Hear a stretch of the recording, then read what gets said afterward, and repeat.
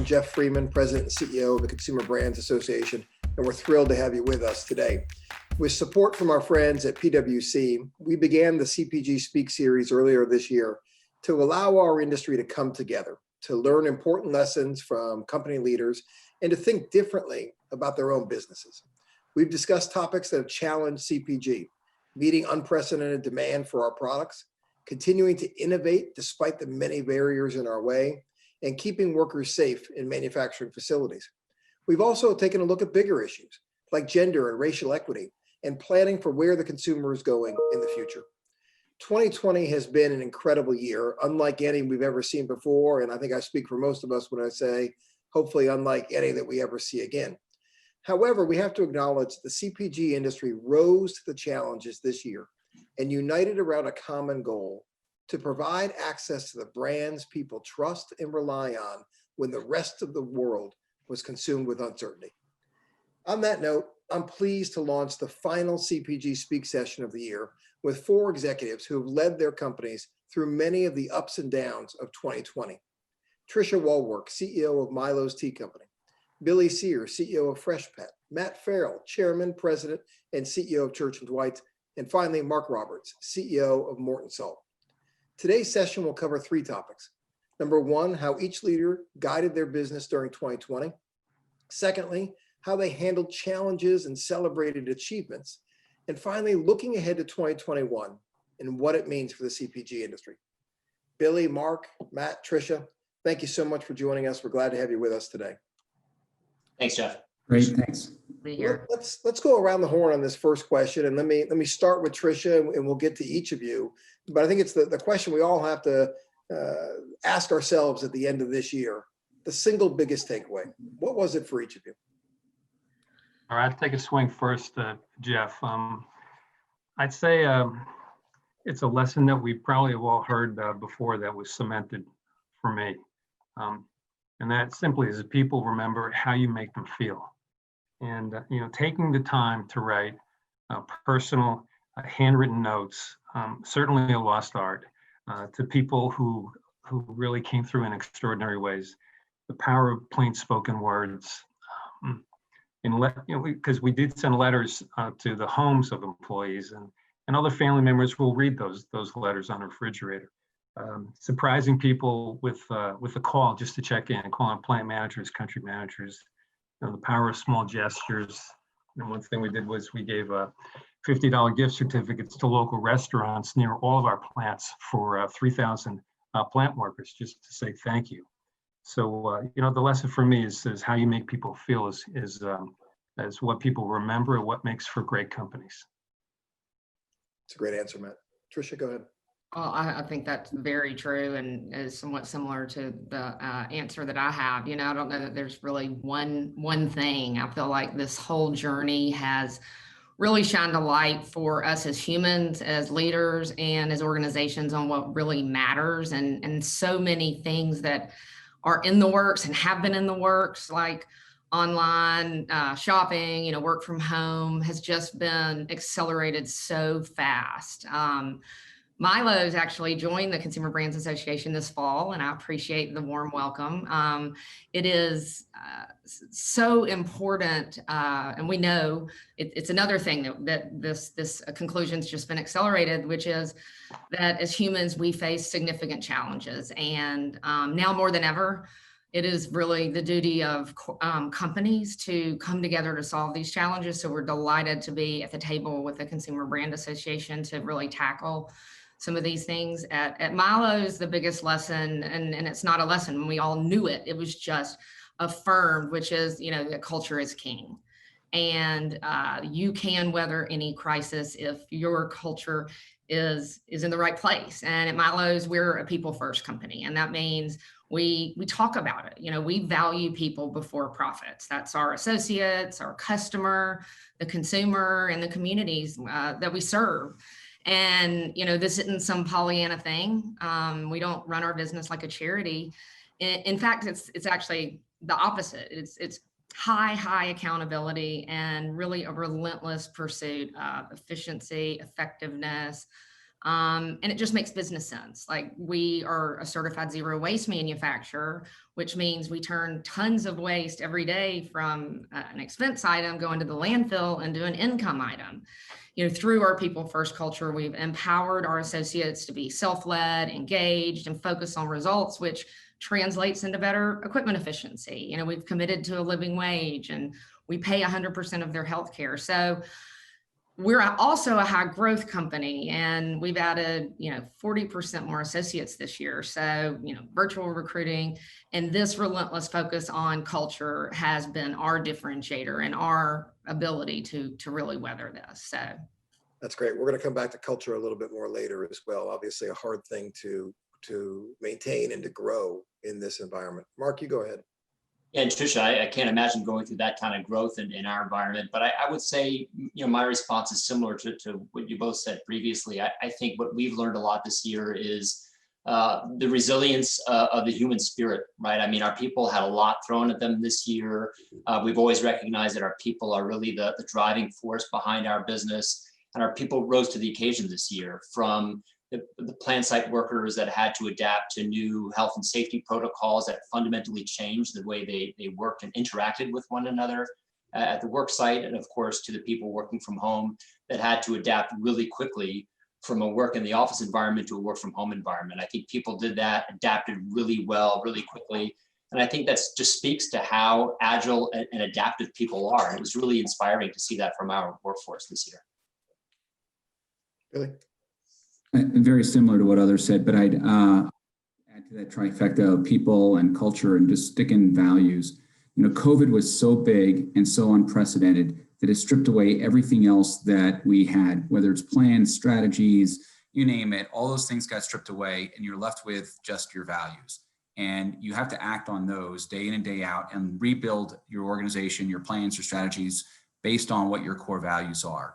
And the piece that complements that is the fact that I'm amazed and reassured every day by how much every individual can do and how much they're willing to do in very difficult circumstances, and trusting individuals to do the right thing and to be able to do more than they had ever thought they could do. And it's usually people that are different. I mean, the people who became the front and the leaders in our organization were people whose jobs you may not have known the titles before. The health and safety director, the person who's responsible for the health and safety of people, is now front and center, where it used to be somebody who was on the commercial side of the operation. The point is that people stepped forward and played a leadership role, and that made a huge difference, and it built on the values that we have. Obviously, none of us came into this year preparing for a pandemic. It was something you've all talked about, pivoting, having to react, being nimble, relying on the culture, the values of the organization to get us through this.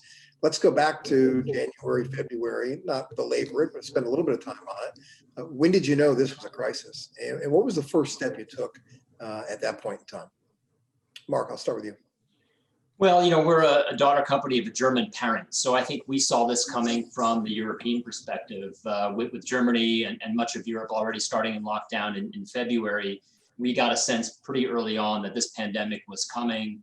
We quickly mobilized our crisis management team, which is a crisis management group of cross-functional leaders, to get really engaged really early in the process, so that when we started seeing this hitting our shores, we were really prepared and we had an action plan. So in some respects, we were fortunate to have seen that from the parent company, how we were reacting in Europe, and we were well prepared when it came time for us to react here in North America. So maybe that was an advantage that some of the others didn't have, but we saw it coming pretty early. Others? Yeah, I'll jump in here. Yeah, we have a business in Asia Pacific, so we had a pretty good handle on what was happening in that part of the world before it landed more heavily in the U.S. The first steps, of course, were sending the office employees home, but I got to take my hat off to our supply chain guys who found the devices to temperature check at our plants before every shift as early as late March. And you think you run the company, but the plants moved to social distancing before we ever established any protocols, and they found a way to separate people and keep them safe. It really illustrates the importance of initiative and the ability to act in the absence of orders. I'd say as far as the first step we took was We start an 8 a.m. call every day, 7 days a week. We still do it today, as a matter of fact. Only do it 5 days a week now. And it's with our supply chain leaders, HR, sales, and legal. And we track just 4 things. COVID cases, are our employees safe? Order levels, which skyrocketed for some categories and collapsed for others in our company. Production levels, and also government restrictions. And we still do that today. You think you'll keep that, Matt? Or is that going to become one of these permanent elements of Church and Dwight? Yeah, it's the cool thing about it is that every morning you're talking to the sales guys and the plants, and we never did that before. So I have much better visibility into what's going on throughout the entire system, what's going on, order levels, than I had previously. It's kind of a daily event, and I look forward to it. Tricia, Billy, anything to add? I had something, then we do a similar morning call. And one of my folks who's on that call says, this is the only call I know that people actually show up early for. They get to hear what's really going on. But on that timetable though, Geoff, I think about how fast this happened. On February 26th, we held an investor day at NASDAQ in New York. It could have been a super spreader event for all we know, because at the time we were kind of oblivious. We had all these investors there. It was at NASDAQ and whatnot. On March 11th, so basically a little less than 2 weeks later, I left my office in Secaucus, New Jersey, and I haven't been back. I moved my base of operations to our facility, our kitchens in Bethlehem, Pennsylvania on that day. The next day, my daughter called me and said, I'm coming home from school. My 2 sons were moved out of school the day after that, and the world changed. So from February 26th through March 11th, the world completely changed, and now I go to work every day in a manufacturing facility. Let me ask and just pivot a little bit and see how self-deprecating we might want to be, knowing what we know now. What's something you might have done differently 9 months ago? Is there something that comes to mind? I wish we knew that this virus was airborne. I mean, it sounds very technical, but we were spending an enormous amount of time sanitizing surfaces and thinking that was making the biggest difference. And if we knew to put masks on people and we were focused on airborne transmission, it would have made a huge difference. So, and I would say one of the first things we did in early March was a mask mandate. And I believe that has been a game changer for us. We certainly have been affected in significant ways by associates contracting the virus, but no one has so far contracted the virus at work because of being very militant in all of our facilities with masks. I think the other big thing that we started doing immediately, I always pre-COVID sent out an email to all of our associates every week, kind of going through the metrics and the good news, and hats off to the team. But we started doing videos, and it really feels like that has been a game changer for us to really cascade the message so that we can inform and engage. Before we got on the call today, we were all talking about kind of the temperature, and there is so much misinformation out there, being available for our associates to get the facts to them through these new ways and methods.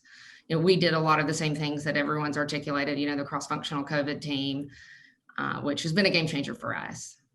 But we'll definitely anchor the videos to all of our associates weekly. Yeah, and I think when we look at communications, and I think everyone's speaking to communications and the power of that, I mean, we ramped up communications pretty quickly. And that's something I think we'll stick with, right? I think our employees really value that more frequent communication using different tools. We've done town halls in the past that have been physical town halls, at least for our headquarters in Chicago, of course, all virtual now. That's resonating really well with our employees. It's more of a challenge for us to be able to reach some of our plant workers who are working in the case of the salt business underground in a mine. It's difficult to reach them in real time, but we're developing a lot of new tools to try to find ways to reach them and get the important messages to them more or less in real time. And I think the frequency of that communication is something that's been valuable to us as an organization. As bad as things were in March and April, and we had to pivot really quickly, in some respects, they're worse now. Right, in terms of the spread of the virus, in terms of what we're seeing in respect to absenteeism in the industry. What are you guys confronting right now? There's a light at the end of the tunnel, right? We see the vaccines being distributed this week. There's a light at the end of the tunnel, but we've got a dark period to get through here. What are you seeing? What are your biggest concerns over the next 30 to 90 days? I think you hit the nail on the head there, Geoff, with respect to absenteeisms and call-offs in the plants. You know, they've been dealing with this COVID for a long time, and depending on where your plants are, you know, different parts of the country have far different issues. And we have some plants that are in areas where the illness is spiking. So having enough people in the plants to run the plants is probably top of mind right now. I totally agree with you, Matt. We're in the same position. I'm concerned about community spread. I think we do a really good job of controlling health and safety protocols within the four walls of our plants. What goes on in the communities outside of our plants is something we can't control. And we've seen that effect in terms of absenteeism and positive COVID cases at our site. So that's something that does concern me. I would also add that, you know, certainly in Alabama, where our largest facility is, there is some misinformation relative to the vaccination. And once we have access to that, I have concerns about individuals that aren't going to be interested in taking the vaccination. The absenteeism issue is our biggest problem, and it's compounded by, you know, I separate absenteeism of people who for some reason aren't there, whether it's a issue with kids for school or they're sick or something, from people we test and quarantine. And the test and quarantine piece has just skyrocketed. Earlier this year, we were running in our maybe 5 or 6 people who were out for testing and quarantine a day. It's over 40 now a day. Bethlehem, Pennsylvania, and state of Pennsylvania has a higher incidence of cases today per 100,000 people than the city of New York had in March and April. And you sit there and you have no idea, but people are numb to it. But it's become a very real issue where you just cannot produce enough product. Yeah, to your point about absenteeism, and we asked the industry to provide us with some of that data. I think in traditional times, absenteeism runs about 3 to 5% just during the normal flu season and other aspects. We're seeing that doubling or tripling in some instances right now. And our ability to keep these lines running is challenged. As one CEO said to me, the industry's squeaking right now, right? Just, you know, not just the people, but also the equipment. Equipment's been running 24/7 here. And it's why we are making immediate access to these vaccines. As soon as we get past frontline healthcare workers and nursing homes, it's critical that this industry be at the top of that line. And that's one of our biggest areas of focus right now. Let me shift a little bit here. And obviously you came into the year, you had a whole heck of a lot of priorities other than COVID. COVID wasn't on the list.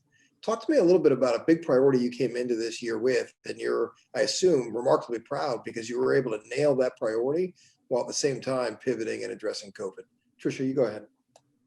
So at the beginning of the year, we were involved in the largest capital project in company history, which was building a facility in Oklahoma to keep up with our capacity, and our plans were turned on their ear. You know, we intended to have a number of associates, you know, cross-training out there, and super proud of the team. I'd certainly attribute it to the values-based culture that we were talking about earlier, that we were able to open it on time and on budget in September, when actually a few weeks early. So, and we were able to keep our people safe. So a real testament to the work that our COVID team did, and just being really diligent about all of our safety standards. Other examples?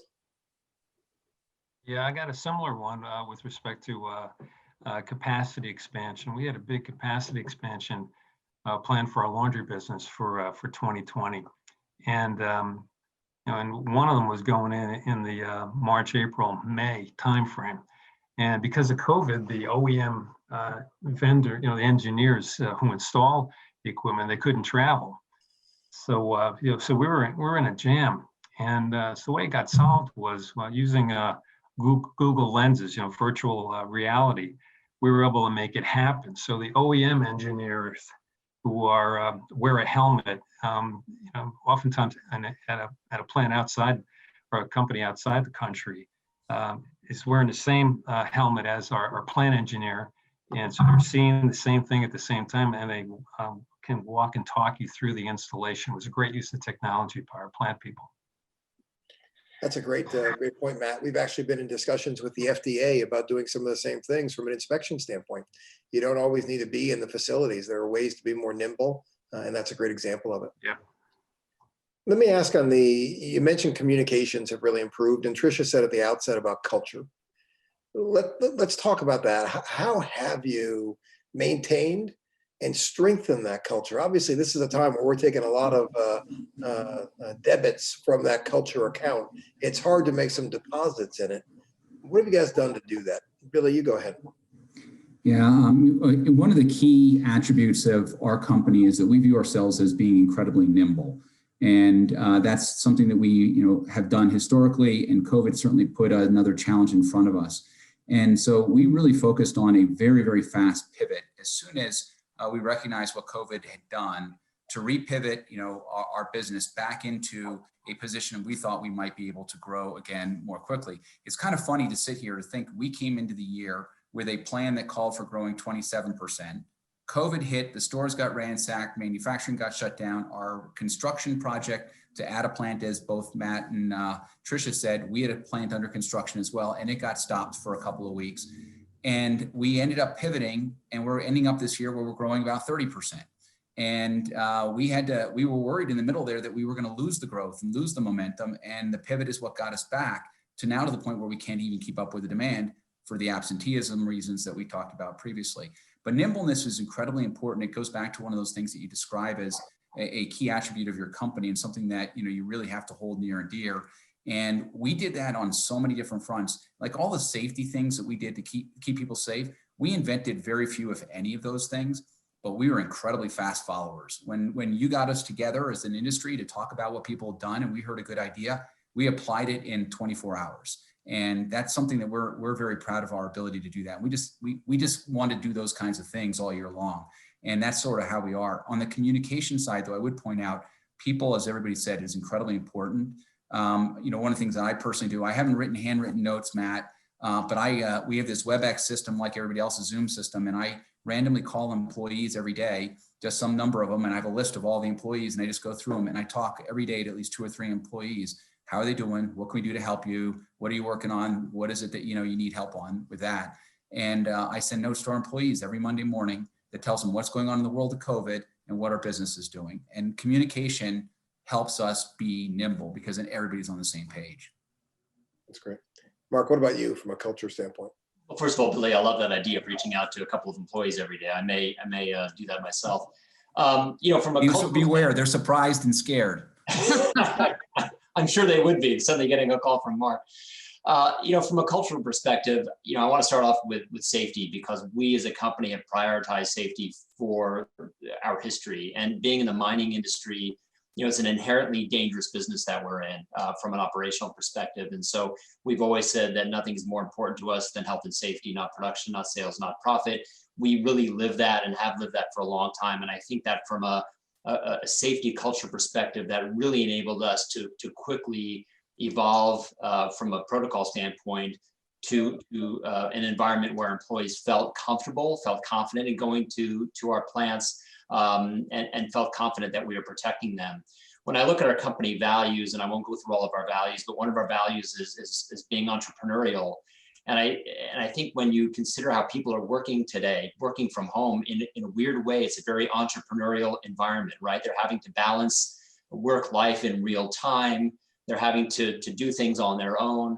And that's something that I think our employees, at least our office employees, really embraced as being, core to one of our values and really living that. So I do have some concerns about that ability to interact with one another and the fact that it will be more than a year since people have had the ability to really sit across a desk, sit in a conference room, interact and collaborate face to face with one another. I get concerned about how from a cultural standpoint we're going to be able to manage through the next 4, 5, 6 months until we get back to that point in time. But I am really pleased with how our company and our employees have really embraced our values to be able to manage through this challenging time.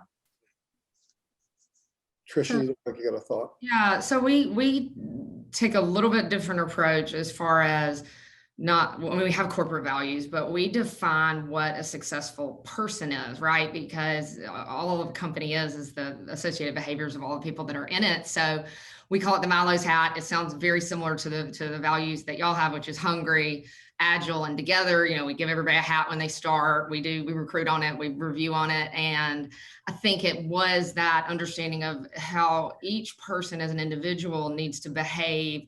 And just like you said, Mark, this whole owner's mindset, the entrepreneurialness of, finding ways to do things differently, and then really unleashing the genius of our people and giving them the flexibility to do their job how they need to do, whether it's a mom who now has to do virtual school, and so she needs to do some of her work at a different time. Just that whole mindset is certainly something that, will forever be in our DNA as we think about the future and life after this situation. I guess I'd also add that, for the first time, I think we're having really meaningful conversations about the whole self. I mean, we've had a wellness program, we offer all these things, but really being much more authentic and genuine about that, and recognizing, the individual challenges that every single person is bringing to work right now. And so I don't know how we will, weave that into the future of work, but it is certainly something that I think is necessary and vital for the future. Hey, Geoff, I'm not sure that the pandemic has gone on long enough to really threaten the cultures of our company, with maybe one exception, and that's new hires. So one thing that may be useful to people listening is we all had strong personal relationships with throughout the company pre-COVID, and that's what's seeing us through this period. But new hires don't have those personal connections. So what we've been doing is we're deliberately connecting new hires with leaders outside their function to make personal connections. So those new people are meeting many more leaders, including me, in the early months than they would ever have done pre-COVID. So that's one of the ways we're using to kind of indoctrinate people into our culture. And we're very specific about how we describe our culture: blue collar, high aptitude, underdog, digitally savvy, diverse. We want them to feel that. Matt, I would be interested to know how you're meeting with all of your associates that are new hires. Yeah, it's a one-on-one. So oftentimes what will happen is, I'll give you an example. Over in supply chain, we had a new woman show up in health and safety, and she's a brand new employee. So the head of health and safety gave me a ring and said, "Hey, would you talk to her?" "Yeah, sure."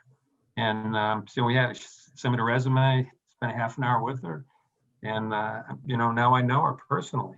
So yeah, I can't do everybody, but I've done a few. What's been interesting to me too, just one last comment, is that we've seen one another face to face in an office environment for years and years. During this period, when you're seeing into people's homes and you're seeing their children walk by and you're seeing their pets in a very strange way, and it's counterintuitive. We're getting to know one another in a more personal way, and I think that will have a very positive and lasting effect.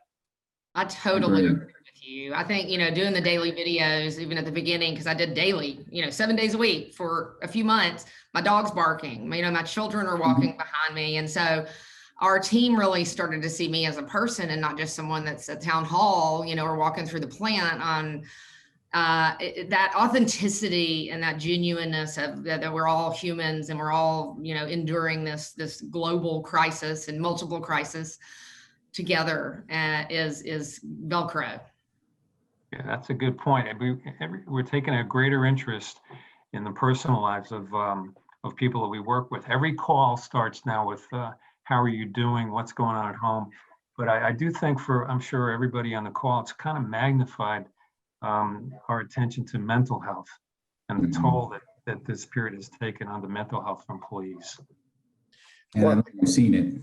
Go ahead, Billy. We've seen I don't think we've seen enough of it yet. I mean, it's lingering, and it's going to last, and it's going to last in our employees and in their kids. I think that so many great comments there. I can tell you're learning from one another as you have this conversation, which is great. Just to pick up on that last point, mental health, Tricia, you talked about the whole self. You know, a year ago, if we talked about that, some people would say, oh, that's kind of sappy. We don't really need to deal with that.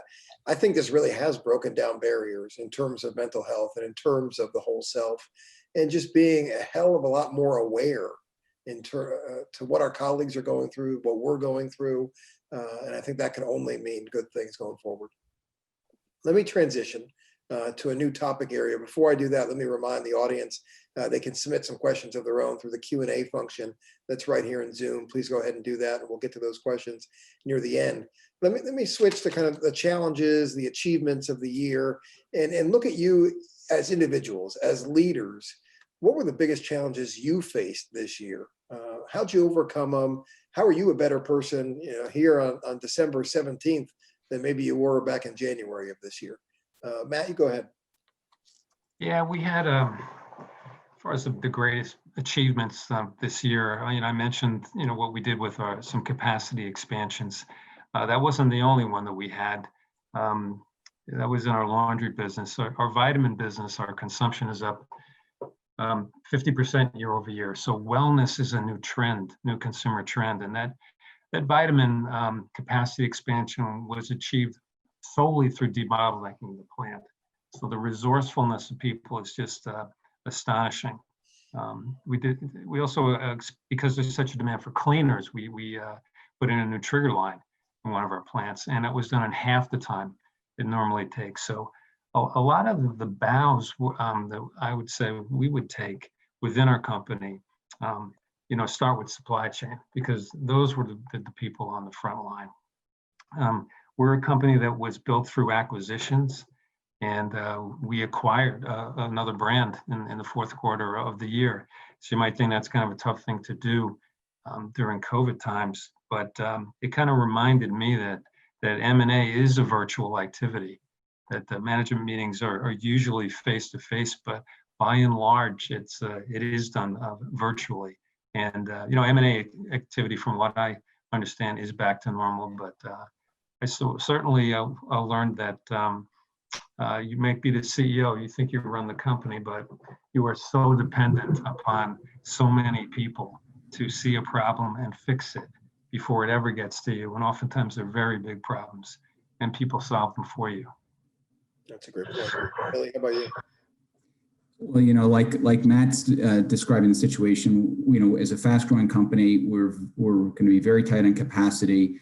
The most important thing for us was to be able to keep our facilities operating. And in order to do that, we couldn't do that unless we kept our folks safe. One day I went home from work and I was probably a little tense, and one of my kids, a little bit more smart alecky of my kids, said to me, well, if you're so focused on trying to keep your employees safe every day, why don't you just close your facility? Why don't you just close the plant? And I looked at him and I said, yeah, that's nice, easy, cop-out way. But the reality is, if we do that, people won't get their pet food for their dog that they depend on. Our employees don't have paychecks that they need to survive. Our shareholders don't, get the benefit of the assets they've invested in all these years. So we have to find that elegant solution that allows us to continue to run a facility, but do it in a way that keeps everybody safe. And what that led to was an awful lot of focus on how do you drive behavior change? Because we work really, really hard to create a whole set of behaviors that drive safety in our manufacturing facilities. Now you had to add a whole new set of behaviors where the infrastructure wasn't designed for it, and which you weren't even sure they were all the right ones, because in the press every day you're hearing something new that indicated it might not be the right thing, or it might be something different. And so driving behavior change in that environment was particularly challenging, and it required us to be incredibly closely connected to our people. So we heard what they're thinking, understood what their issues were, and we could respond very quickly. And so, so the personal impact. So here I am sitting at the end of the year, and at the beginning of the year, I was, going into my office in Secaucus, New Jersey, 3 days a week, and going to our manufacturing facility in Bethlehem 2 days a week. And now I go into the manufacturing facility every day, and I go in at 5 o'clock in the morning, so I can talk to the night shift and hear how they're thinking and see what's going on before they leave, and then the day shift when they get there, so I understand what they're thinking. And it's the only way in which you can drive behavior change, though, is if you really understand how people, and you understand what the science says about what you need to do, and you try to find a way to marry the two. And that's what we've been really focused on. Fortunately, we've had a pretty good track record, but it's not as good enough. Frankly, I wish we could turn the clock back and do some of the things that we're doing today 9 months earlier. Yep. Hey, Mark, you guys have had an interesting year, obviously, going through a sale from K&S to the Kisner Group. Can you talk about what it's like going through a sale in a virtual world and how you've managed your way through that? It's been interesting. I would say there's no playbook for selling a business in the middle of a pandemic. Maybe I should write one. But it's been extraordinarily challenging. We made the decision at the beginning of the year we were going to sell Morton, the entire operating unit Americas. And as I think everybody can probably appreciate, selling any business is a complicated matter. Selling one the size and scale of ours with 26 manufacturing sites, where buyers want to see these sites, right? How do you go about allowing people into your plants in a coronavirus pandemic environment? We did most of that virtually. We flew drones through our facilities, even down in our mines. We flew drones through the mines and gave prospective buyers virtual tours of our sites. But preparing all the presentations, doing management presentations virtually, working with investment bankers, going through expert sessions, all those kinds of things that you need to do to sell a business typically requires a lot of face-to-face interaction. And having to do that completely virtually was a unique experience for everybody involved. I think for us, in some weird way, we were fortunate that people were working from home. We were able to maintain a lot of confidentiality with some specific issues that would have been more challenging. Particularly in Chicago, we have a completely open office environment there. It would have been more difficult to maintain confidentiality in some of the things that we were going through. But our people really rose to the occasion. In some respects, I think probably put in more hours than they probably should have at home. That helped us in the process. I think that certainly long-term is not sustainable, but it was something that enabled us to get to the signing of the deal in early October. So I think there were positives and negatives associated with doing this in the middle of a pandemic, but at the same time, we're very proud of the achievement. We're very happy with where we landed. There's still a lot of work moving forward, but it just goes to show, again, as I spoke to earlier, the resilience of an organization, the resilience of people, and the way that people find a way to get something done, even in the magnitude of selling a $2 billion business in the middle of a pandemic. It can be done. Tricia, you mentioned at the outset that you opened a new facility in Tulsa, Oklahoma. I've got to imagine that's been very helpful from a capacity standpoint when demand is at all-time high. But I've also got to imagine that complicated your life a little bit as well as you're trying to deal with this and put the finishing touches on a new facility. Can you talk about that coming to life and kind of the pros and cons of doing that in this environment? Absolutely. Our situation is somewhat similar to Billy, and, we're a high growth company. We will, in this year, around 30%, which is above our plan. And our products are short shelf life because we make all natural beverages. So they're distributed in the cold supply chain. So as this broke out, and you started to realize the true magnitude. I don't know that anybody realized the true magnitude, back in March, but I think we would have all had some of that mental health problem that that we talked about earlier if we truly understood that. But as we embarked on this huge capital project, it was a huge risk, right? I mean, we're building a new plant based on a forecast, and so really rallying everyone around the why, and because we don't have 30 plants, we had to get product on the shelf. So summer was high knees and elbows to make sure that we were serving our customers on time and in full. But we were able to do that and be extremely opportunistic and to get our share of shelf. And it's a real testament to, Mark, you said resilience, just that if you have the team laser focused on the values and the mission, and all the different parts of the wheel are moving in sync with that information cascade, when you're putting safety and people first, that you really truly can achieve absolutely remarkable things in the face of just frightening uncertainty.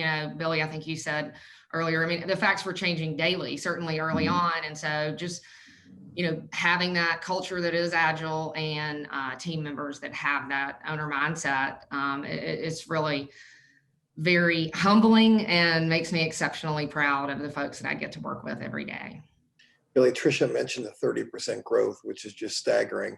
And it's not like you benefited from the stay-at-home orders, because I don't think these dogs were going to restaurants in the first place. So this is real demand that has been there and continues. How has it been, keeping up with that type of growth in this environment? How do you maintain a pace anywhere similar to that? Yeah, I mean, that is our challenge right now. We had a construction project that got shut down by the governor's shelter-in-place orders. Ultimately, we got a waiver and we're allowed to continue, but put us a month behind on a project that had to come online on time. We've had unusually strong growth because we're a media-driven business. We build our business off advertising, and all of a sudden, more people are watching more television, and media rates were really low, and so we're acquiring new users at a very rapid rate. And then on top of that, people, when they're at home, have nothing else to do. They care a lot about their dog, and they want to feed their dog the absolute best, and they notice the differences in their dog when they do. And so we have benefited tremendously from all of the dynamics, but keeping up with the demand has been particularly tough, to the point where we're very candid. We're a highly transparent company when we deal with our investors. We're a publicly traded company. And earlier this week, we put out an investor deck that showed people very clearly the challenges that we're facing in keeping up with demand. I included literally absenteeism by day, going back to March 14th, so that people could understand what it is that we're doing. I showed what the COVID case rate has been in the areas where we have facilities, and I mapped out what the difference is between our orders and our fill rates, so people could see where we are. And it is very, very challenging. We'll get through it. It's a short-term blip. We know it's a short-term blip, and we're going to come out much, much stronger on the other side.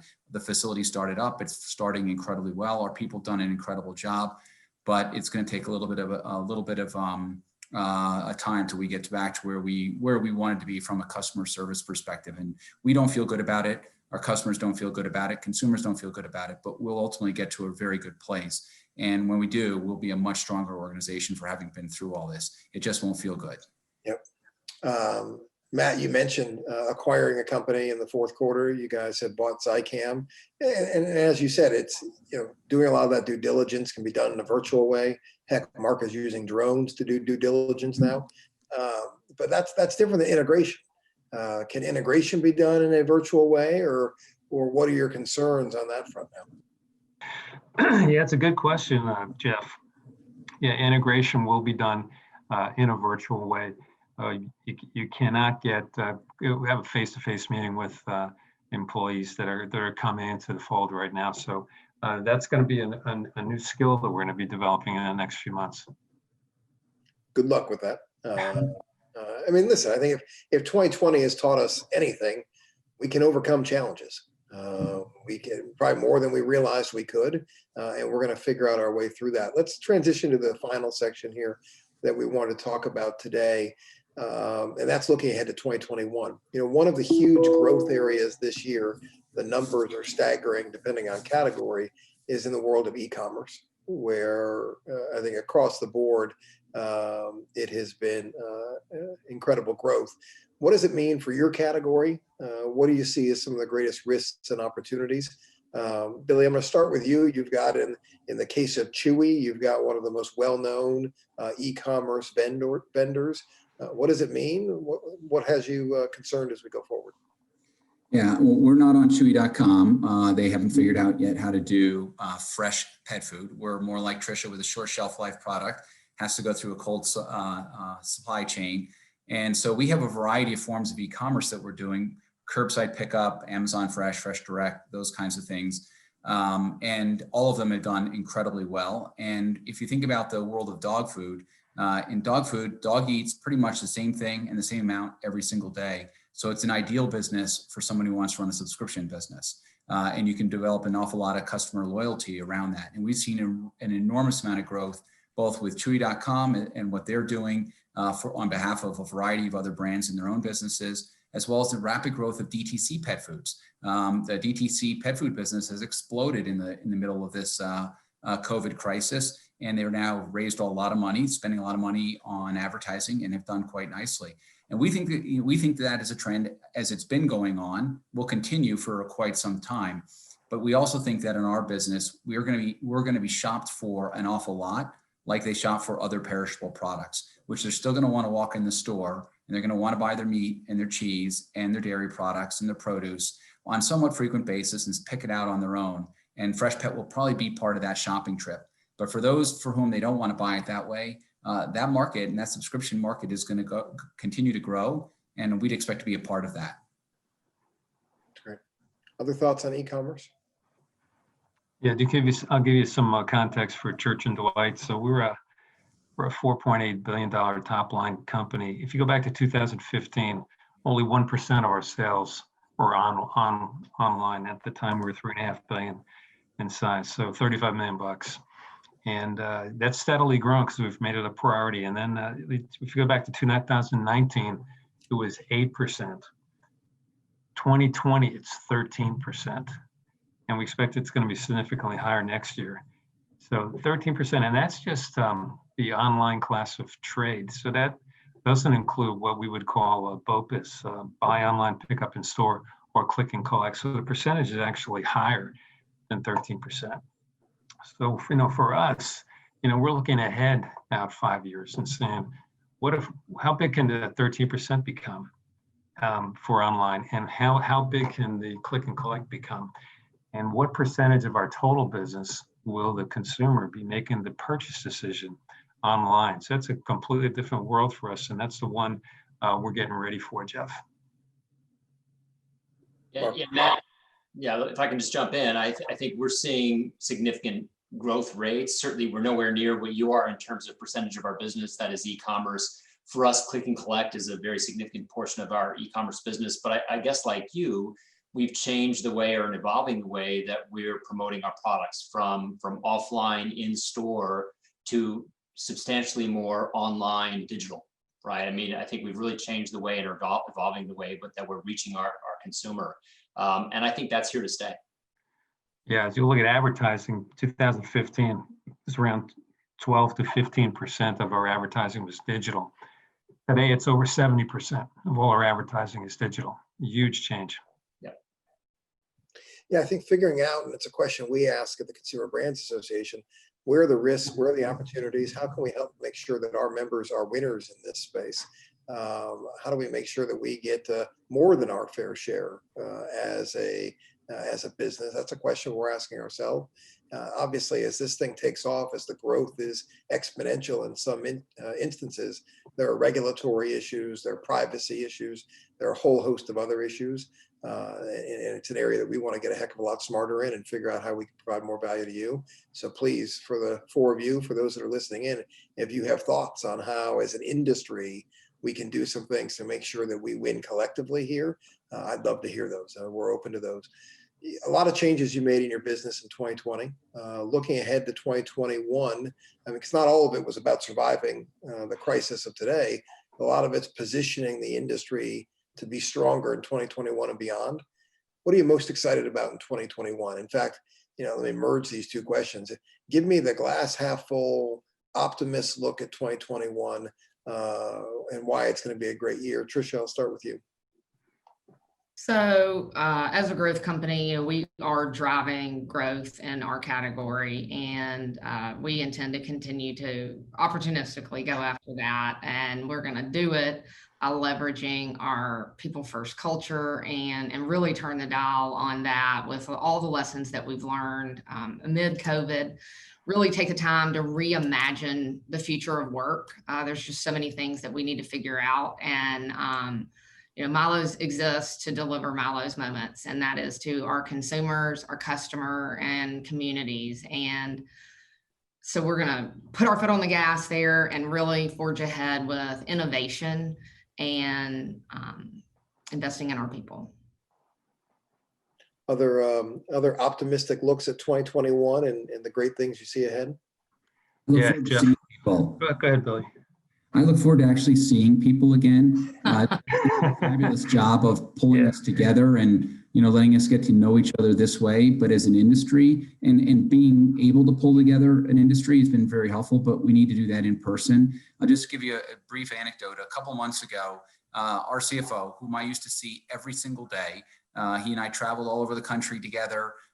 He's now retired and we have a new CFO, but I was walking between our one manufacturing plant and another on our Bethlehem campus, and he showed up in the parking lot unexpectedly to see part of the operation. And the physical reaction I had to actually seeing him as a live human being for the first time in 6 months or 9 months or however many months it was at that point, it was just unbelievable. And I can only imagine when all of the rest of us get to do that with all the other people in our lives, whether the people that we work with, are the key leaders on our team, whether it's our family members, extended family members, the industry folks, that's frankly worth looking forward to. And I hope it happens sooner rather than later. That's great. Matt, what were you going to say? Yeah, I was going to say, just from a business standpoint, and I do agree with Billy.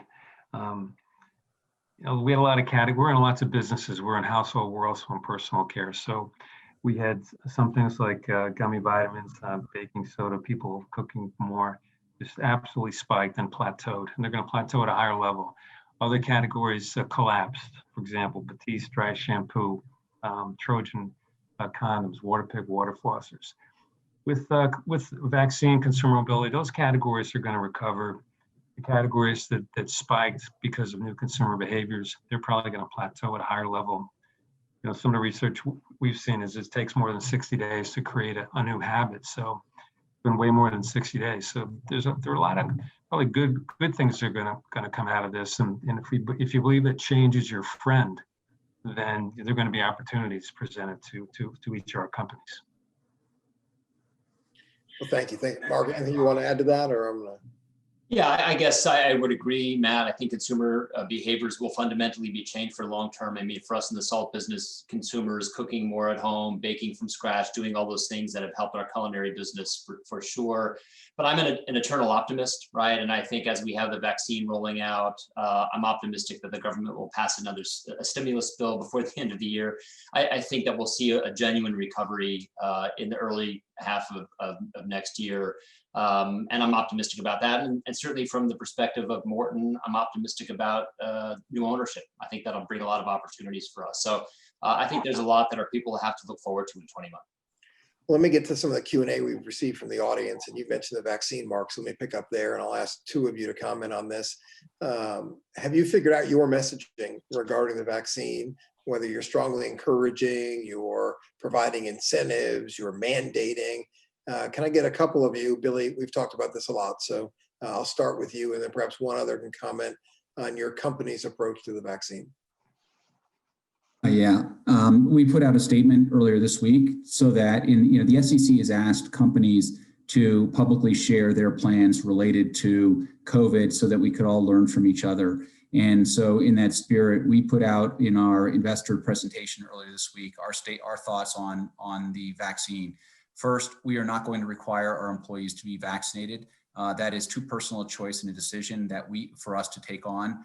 We will provide an enormous amount of education for them. Second, we are likely to incent employees to provide us with evidence that they have been vaccinated if they choose to do so. So if an employee chooses to get vaccinated and presents us with documentation that they have been, we will provide them with an incentive for having done that. Because frankly, it'll allow us to get back to normal operations sooner, and it's our way of thanking them and recognizing them for that. The third is we are going to offer vaccines on premise for our employees, but we're going to do it in a way where they get vaccinated on the day before they go to what we consider a long weekend. So we have our employees on a 2 on, 2 off, 2 on, 3 off. And the reason for that is these vaccines have a high reactogenicity, which means a higher likelihood of side effects. So things like headache, chills, and whatnot. So we'll give it to them the day before they're off. That means that they're likely to be feeling miserable the next day. They won't have to call in, be sick, take a sick day, or come in and potentially create a risk. But in return for doing that, we'll give them an extra vacation day later in the year as a compensation for the timing that we've chosen for which we do vaccinations. And we think that approach is a fair and balanced approach for our employees as well as for what our values are. And so we've shared that publicly, and we think that's the right way to go. Obviously, a lot of thought that's gone into that. Can I get another thought on your company's approach to the vaccine? Tricia, Matt, Mark? Yeah, we've not put as much thought into it as you have, Billy. I think it's early days for us in considering how we're going to address this moving forward. I think we won't be mandating it for sure. But beyond that, we've not gone down the road as far as you have with respect to how we're going to roll this out. In many cases, we can't control the rollout. We're operating not just in the US, we're operating in Canada, we're operating in Chile and Brazil and Peru. It's going to be a bit more challenging, and we certainly want to have kind of a standardized approach to this, and we're just still formulating that as we speak. Let me get, we got 3 minutes here. Let me just get to another question or two. Obviously, this year we saw a lot of SKU optimization. It was SKU rationalization, and it was SKU optimization. We saw a real simplification in the portfolio. Do you guys see that continuing to drive operational efficiencies, or do you see this bubbling back up? Tricia, go ahead. I do not see that. I mean, I see it continuing through to whatever the new normal is, but I really feel like the pace of innovation that has occurred this year it's going to begin to roll out through next year will be astounding. And I think consumers are looking for that even more. And I know, that because people have been forced to do agile, R&D, that is going to be something that's really fun to see next year. Matt, you've got a really diverse portfolio. What are your thoughts on that? Yeah, I think it's very possible that one of the outcomes of the pandemic is that the retailers will want fewer SKUs and perhaps fewer brands on shelf, for the simple reason that labor is such a big cost in the stores. And as a result of the pandemic, obviously there were lots of brands that were not available, and some categories, frankly, the retailers just stopped ordering because it just wasn't as important to them as other categories. So I do think that could be one of the outcomes of the pandemic, in which case the stronger brands will be in a better position to survive. I would add to that, I also think that we have to be mindful that the retailers have learned an enormous amount about what their role is and what businesses they are in and should be in, and where they have a competitive advantage and where they don't. And that will drive a lot of the actions and decisions that we as an industry take. They will say, this is a category I can win, and this is a category where I'm going to cede it to e-commerce, and I'm going to put less space and less attention on it. And I think we should all expect them to have a much sharper focus on what they do via e-commerce and what they do in their stores and what their stores look like. Tricia, Matt, Mark, Billy, thank you so much for your time. Really appreciate it. I think for those that listened in today, a lot of talk about values, a lot of talk about culture, a lot of talk about what it takes to come out of this a stronger company on the other side. I know that was appreciated. I know you learned some things from one another, which tells me the audience did as well. So thank you so much. Happy holidays to you and to all who joined us today, and look forward to seeing everybody in the new year. Thank you.